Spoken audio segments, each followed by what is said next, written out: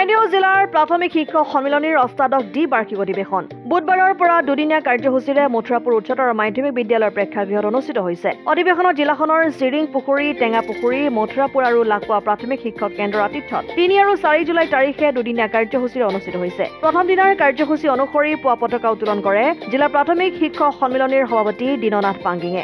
আদৰণি সমিতিৰ সভাপতি ব্ৰজেন চাংমাই স্মৃতি তৰ্পণ কৰাৰ পিছত গছপুলি ৰোপণ কৰে অঞ্চলটোৰ আদৰ্শ খেতিয়ক তিলেশ্বৰ সন্দিকৈয়ে। 10 বজাত প্ৰতিনিধি পঞ্জীয়ন আৰু বন্তি প্ৰজ্বলন অনুষ্ঠানত মুখ্য বন্তি প্ৰজ্বলক হিচাপে উপস্থিত থাকে দলবাগান উচ্চতৰ মাধ্যমিক বিদ্যালয়ৰ অধ্যক্ষ মোহন সন্দিকৈ। দিনৰ 12 বজাত অনুষ্ঠিত মুকলি সভাত জিলা প্ৰাথমিক শিক্ষক সন্মিলনীৰ সভাপতি দীননাথ পাংগিঙে পৌৰোহিত্য কৰাৰ উপৰি আদৰণি সমিতিৰ সভাপতি ব্ৰজেন চাংমাই আদৰণি ভাষণ আগবঢ়ায়। সভাত কৃতি শিক্ষয়িত্ৰী ৰাণু ফুকন আৰু আদৰ্শ খেতিয়ক তিলেশ্বৰ সন্দিকৈক সম্বৰ্ধনা জনোৱা হয়। মথুৰাপুৰ উচ্চতৰ মাধ্যমিক বিদ্যালয়ৰ অধ্যক্ষা গীতিমণি হাতীকাকতিয়ে অনুষ্ঠানটোৰ অনুকৰণ নামৰ স্মৃতি গ্ৰন্থ উন্মোচন কৰে। অনুকৰণ নামৰ স্মৃতি গ্ৰন্থখন সম্পাদনা কৰে শিক্ষয়িত্ৰী দীপা গগৈয়ে।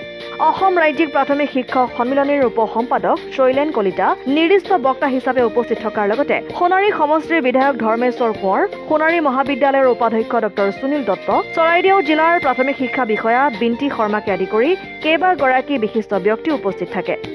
মথুৰাপুৰৰ পৰা ইছলাম আহমেদৰ ৰিপৰ্ট, অসম আদিত্য।